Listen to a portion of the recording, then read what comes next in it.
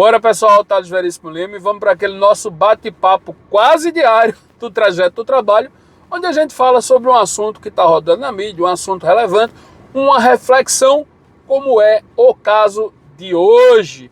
Mas antes, aquele velho pedido: curta, inscreva-se, compartilhe, enfim, dê like aí, deixe um comentário, diga a sua opinião, vamos nos expressar de forma ordeira, de forma civilizada e mantendo sempre o respeito ao próximo, mesmo que muitas vezes ele não mereça, né? Mesmo que muitas vezes ele não mereça. Mas o assunto que eu quero falar hoje com vocês, pessoal, é o seguinte: na verdade é uma reflexão. As coisas começam a... É feito um quebra-cabeça, né? A vida cotidiana, com o volume de informação que a gente tem, parece aqueles quebra-cabeças de 2.000 peças, 5.000 peças, né? Quando você abre a caixa, o saco e joga na mesa, vai peça para todo lado, você olha assim e diz: vixe! E agora, essa junta onde? Aí você começa procurando as quinas, né? As molduras e assim vai.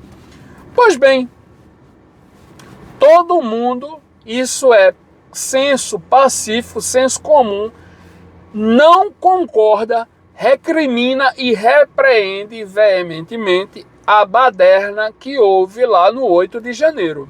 Né? Todo mundo ficou sem entender a falta de ação, mas não ação repressiva, mas de um mero comunicação. Na verdade, é comunicação das Forças Armadas em impedir que os manifestantes saíssem, simplesmente saíssem da frente dos quartéis. A gente não viu isso, né? A gente simplesmente não viu acontecer nada.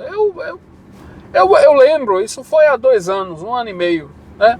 Então, o que se esperaria quando alguém roga, fazendo analogia com o direito, quando um advogado vai à justiça pedir pelo direito de uma parte, de um autor, ao juiz, o que se espera naturalmente de um processo é uma resposta, seja um processo judicial, seja um processo administrativo, e aquela resposta é concordando e garantindo aquele direito, procedendo o pedido, procedendo em parte o pedido. O camarada faz lá 2, 3, 4 pedidos e o juiz diz: espera aí, você só tem direito a 1, a 2, não vou lhe dar tudo porque isso aqui você não tem direito. Ou improcedendo, julgando de forma improcedente aquele pedido, virando e dizendo: você não tem direito aqui não vou garantir não porque você não provou, enfim, a sua prova, a contestação repeliu o seu direito, né? E por aí vai. Então,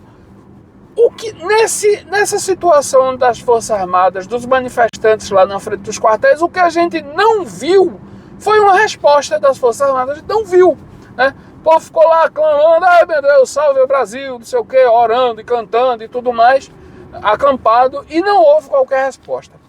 Pois bem, ninguém entendeu muito bem, e no dia 8 de janeiro, depois daquela manifestação exacerbada e até certo ponto que cometeu crime de dano contra o patrimônio da União, isso é inegável e ninguém concorda, houve a desmobilização dos acampamentos, né, na frente dos quartéis, o que também não poderia permanecer ad eternum, né?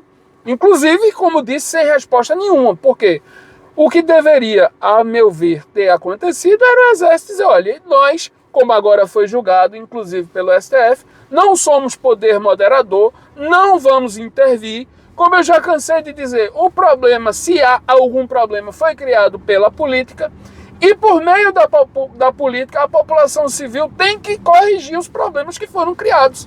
Nosso problema aqui é defender o território contra a invasão estrangeira e manter a segurança institucional nacional. Pronto. Seria uma excelente resposta. Mas o fato é que não veio.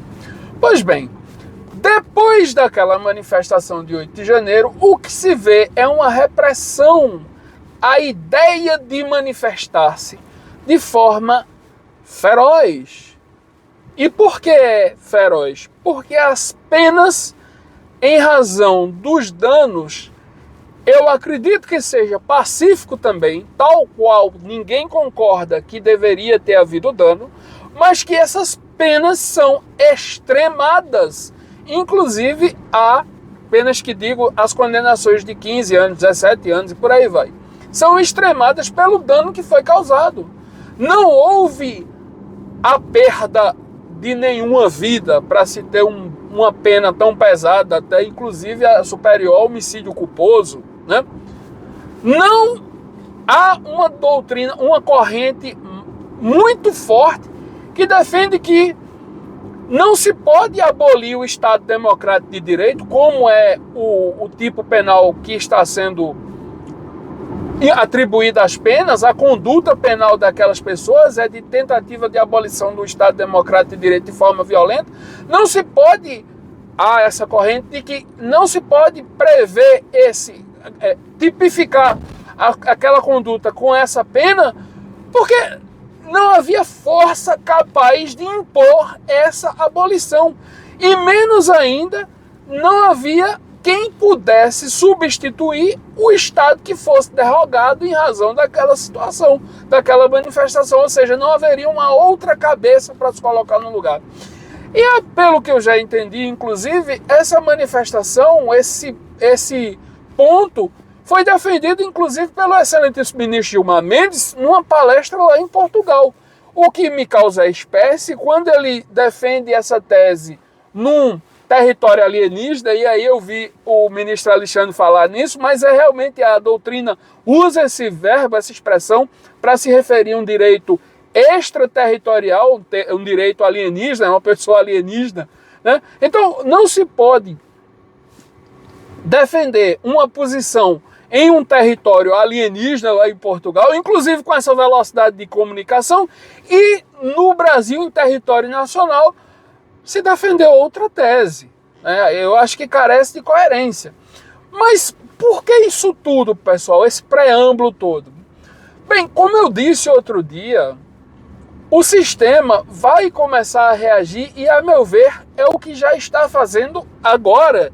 E já pegou a primeira pessoa, o nosso querido deputado Nicolas Ferreira, que por uma fala que fez lá no Congresso da ONU, onde chamou o presidente atual, eu não vou repetir, eu não tenho um foro privilegiado, eu não vou repetir, apesar do povo estar falando aí à torta e à direita, mas chamou o presidente atual de... né? E desde novembro, e isso estava silente, porque essa comissão, essa palestra que ele deu, foi lá na ONU em novembro, e isso estava silente. Nós já vamos em abril, em abril, quase meio de abril, né? Ou seja, 5, 6 meses depois, e ninguém tinha se interessado em abrir inquérito policial contra o deputado, né? Ninguém tinha visto qualquer crime até o Elon Musk vir levantar essas hipóteses, que carece de demonstrar os documentos, não apoio nem desapoio, mas no direito tem que provar, no minuto que ele provar, por meio de documentos, o que ele alegou, aí eu começo a afirmar a posição.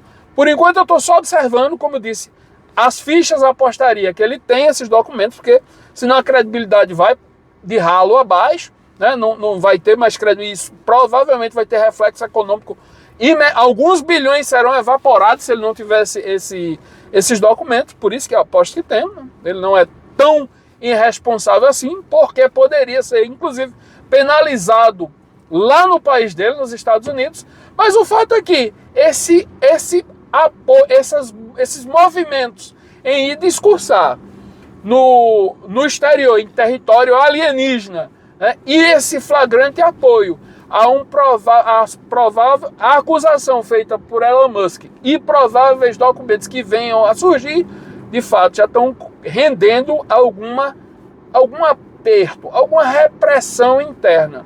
Isso não no campo da censura direta, né? Não no campo da censura, porque aí seria uma flagrante ação inconstitucional, mas por via transversa,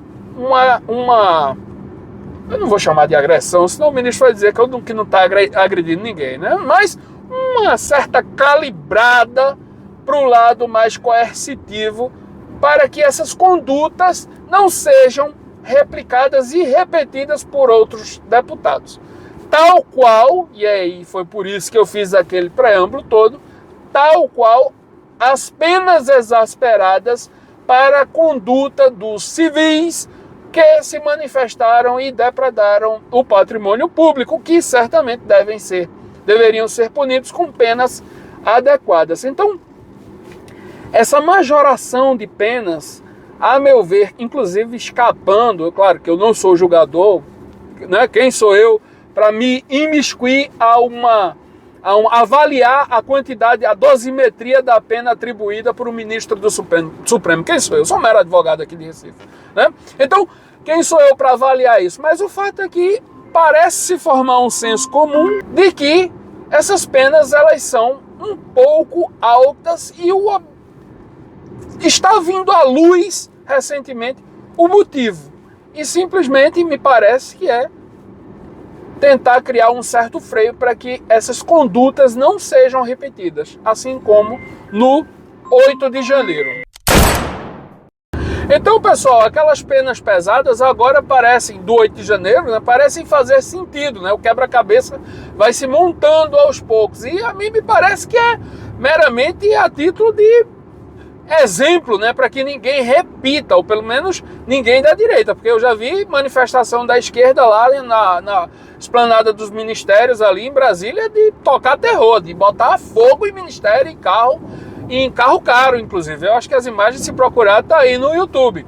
Mas essa abertura do inquérito contra o deputado que tem imunidade parlamentar, inclusive sobre suas opiniões, né, quaisquer opiniões, a mim me parece que também é um indício de que seja um exemplo para que os outros deputados não queiram ser indiciados, né? Porque ninguém quer sofrer indiciamento em inquéritos. No fim das contas, é uma chateação, é um aborrecimento, é custo, é dinheiro, né, que se paga, é tempo, né? Se não dinheiro direto, porque ele vai ter lá os advogados do Congresso, mas é tempo, é encheção de saco, é processo para se defender, né?